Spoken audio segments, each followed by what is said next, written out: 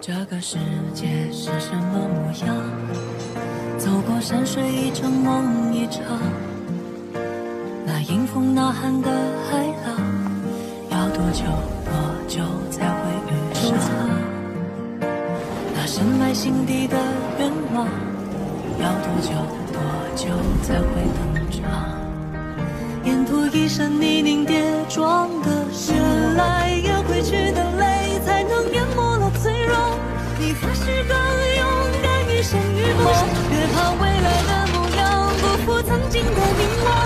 有多少理想，就有多少次穿肠，那沿途的风浪也不过就这样。这一路光景有你在身旁。 Selamat datang di Bangkobel Donghua. Sebelum lanjut ke alur cerita, support channelnya dulu ya sahabat Donghua, dengan cara klik tombol subscribe dan like videonya.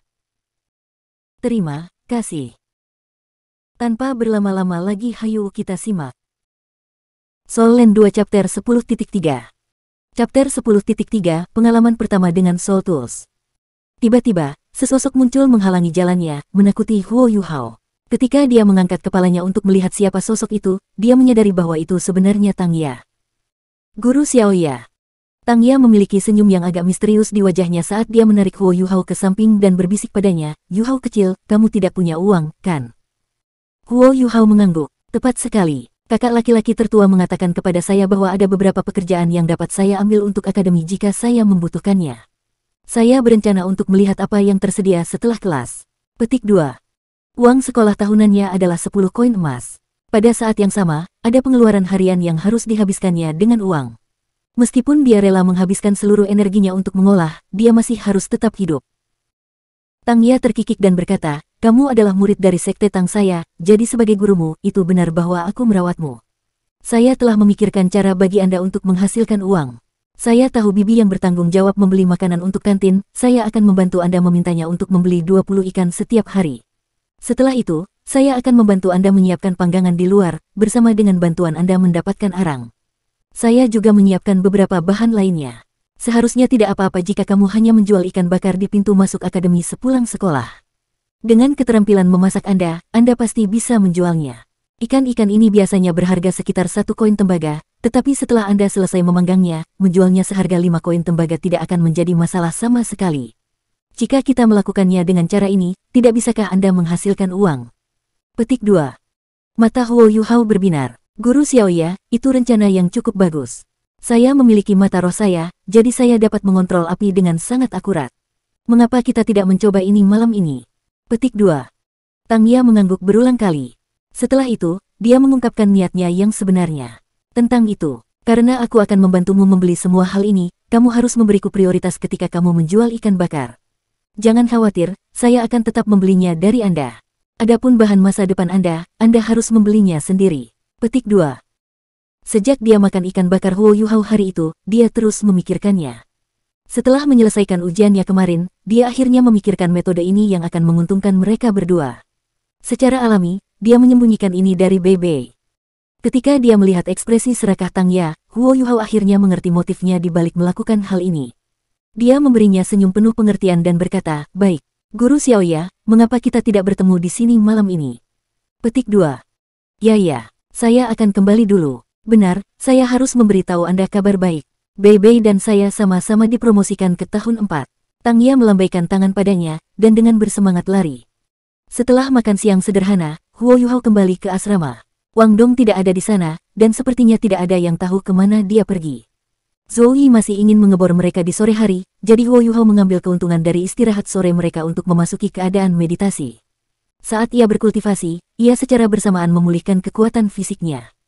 Huo Yuhao terkejut ketika dia berkultivasi. Setelah menjalankan sangat melelahkan pagi itu, ia menemukan bahwa pertumbuhannya sedikit lebih besar dari biasanya. Meskipun itu hanya satu helai lagi, dia masih cukup puas. Dia berpikir dalam hati untuk dirinya sendiri, sepertinya memarahi tubuhku sampai batasnya mendorong pertumbuhan kekuatan jiwaku. Di sisi lain, tingkat kebugaran fisik tubuhnya pada awalnya sangat normal, jadi dia seharusnya sudah membuat tubuhnya marah. Ini membunuh 2 burung dengan 1 batu. Ketika Huo Yuhao bangun dari meditasinya, dia terpana saat dia membuka matanya. Dia menemukan Wang Dong yang sedang duduk di ranjang yang berlawanan menatapnya dengan tatapan cemerlang. Kamu sudah kembali. Kita harus pergi ke kelas sekarang. Sementara berbicara, Huo Yuhao melompat dari tempat tidur dan mulai mengenakan sepatu. Setelah apa yang terjadi pagi itu, hubungan mereka sudah memanas. Wang Dong berbicara dengan suara rendah, Huo Yuhao, saya selalu menemukan jiwa bela diri Anda aneh. Anda telah melihat jiwa bela diri saya sekarang, jadi bisakah Anda memberitahu saya apa jiwa bela diri Anda? Huo Yuhao selesai memakai sepatunya, lalu berdiri dan berkata, mata saya adalah jiwa bela diri saya. Saya menyebutnya mata roh. Mereka adalah jiwa bela diri tipe spiritual. Saya tahu mengapa Anda bingung. Keterampilan jiwa pertamaku disebut deteksi spiritual. Alasan mengapa Anda tidak dapat memukul saya hari itu adalah karena saya menggunakan deteksi spiritual untuk memprediksi setiap gerakan Anda. Petik 2. Wang Dong tiba-tiba mengerti apa yang terjadi. Jadi itu masalahnya. Aku tidak berpikir bahwa kamu benar-benar memiliki roh tubuh. Ayo pergi, kita tidak bisa terlambat. Sebelumnya, saya pergi dan bertanya-tanya. Saya menemukan bahwa Guru Zhou memiliki nama panggilan, Nenek Mesum. Jumlah siswa yang dikeluarkan olehnya setiap tahun seharusnya sama dengan 10 guru lainnya. Kami benar-benar bernasib buruk, memiliki guru seperti dia yang bertanggung jawab atas kelas kami. Petik 2. Huo Yuhao menggelengkan kepalanya dan tersenyum. Kamu tidak bisa memikirkannya seperti itu. Guru Zhou memang ketat, tetapi selama kita menuntut tingkat kekakuan yang sama dari diri kita sendiri, memenuhi tuntutannya tidak akan sulit. Benar, saya telah melihat jiwa bela diri Anda, tetapi saya tidak tahu namanya. Saya juga melihat bahwa Anda memiliki cincin jiwa kuning dan ungu, bagaimana Anda bisa mendapatkan cincin jiwa 1000 tahun untuk cincin jiwa kedua Anda? Petik 2. Wang Dong tertawa nakal dan berkata, mampu menggunakan cincin jiwa 1000 tahun karena cincin jiwa kedua saya adalah rahasia, saya tidak bisa memberitahu Anda caranya. Di sisi lain, jiwa bela diri saya adalah Dewi Kupu-Kupu Radiant. Ini adalah kupu-kupu terindah di benua itu, tetapi sudah hampir punah. Memiliki itu sebagai jiwa bela diri saya bahkan lebih jarang daripada jiwa tubuh Anda. Anda akan melihat kekuatannya di masa depan. Benar, apa yang Guru Zhou bawa untuk Anda lakukan sebelumnya. Petik 2. Keduanya sudah meninggalkan asrama mereka dan menuju ke gedung pengajaran ketika mereka berbicara satu sama lain. Bukan hanya mereka, tidak ada siswa di kelas 1 yang berani terlambat. Huo Yuhao tidak menyembunyikan fakta bahwa Guru Zhou telah membawanya untuk menemui Guru Fan Yu, tidak perlu menyembunyikan sesuatu seperti ini darinya. Karena itu, dia memberitahu Wang Dong semua yang telah terjadi. Apa? Anda bahkan dapat membagikan deteksi spiritual Anda. Cepat, biarkan saya melihat. Lagi pula, semua orang di sini baru berumur 11 atau 12 tahun. Karena rasa ingin tahunya, Wang Dong dengan bersemangat meminta Huo Yuhao untuk berbagi deteksi spiritual dengannya. Huo Yuhao merasa tidak berdaya, dan tidak punya pilihan selain mengaktifkan berbagi deteksi spiritual dan membiarkan Wang Dong mengalaminya sejenak. Karena segala sesuatu dalam sekitar 30 meter tiba-tiba menjadi jelas, serta umpan balik seperti data, Wang Dong segera menjadi sedikit kosong. Itu mirip dengan perasaan yang akan didapat seorang lelaki buta ketika dia tiba-tiba bisa melihat dunia dengan jelas. Perasaan kaget ini akan muncul di setiap guru jiwa yang berbagi deteksi spiritual Huo Yuhao untuk pertama kalinya. Selain itu, karena Huo Yuhao terus menggunakan berbagi deteksi spiritualnya, kemampuannya dalam hal itu akan meningkat secara bertahap. Saat dia membiarkan Wang Dong mengalaminya, dia tidak bisa tidak memikirkan kata-kata Fan Yu. Dia secara tidak sadar berusaha memperluas deteksi spiritualnya ke satu arah, kemudian melakukan yang terbaik untuk menutupi area yang sedikit lebih besar dengan deteksi spiritualnya.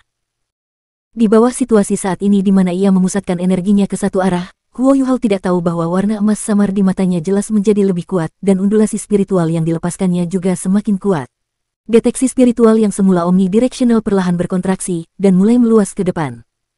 Wang Dong juga merasakan perubahan dalam deteksi spiritual Huo Yuhao. Dia menemukan bahwa adegan 3 dimensi di sebelah kiri dan kanannya telah menghilang, dan hanya gambar 3 dimensi yang ada di depannya. Selanjutnya, rentang gambar ini perlahan meningkat. Bagi Huo Yuhao, hanya beberapa detik melakukan ini terasa seperti lebih lama daripada ketika dia merilis deteksi spiritualnya selama 1/4 jam di masa lalu. Dia merasakan kekuatan jiwanya diubah menjadi energi spiritual dengan kecepatan yang mencengangkan saat mengalir keluar dari tubuhnya. Itu hanya sesaat, tetapi gelombang kelelahan sudah menyerbu dirinya. Tubuhnya berayun, dan dia hanya berhasil berdiri tegak dengan memegang lengan Wang Dong. Pembagian deteksi spiritualnya juga telah berakhir. Huo Yuhao, apa yang terjadi? Wang Dong buru-buru mendukungnya.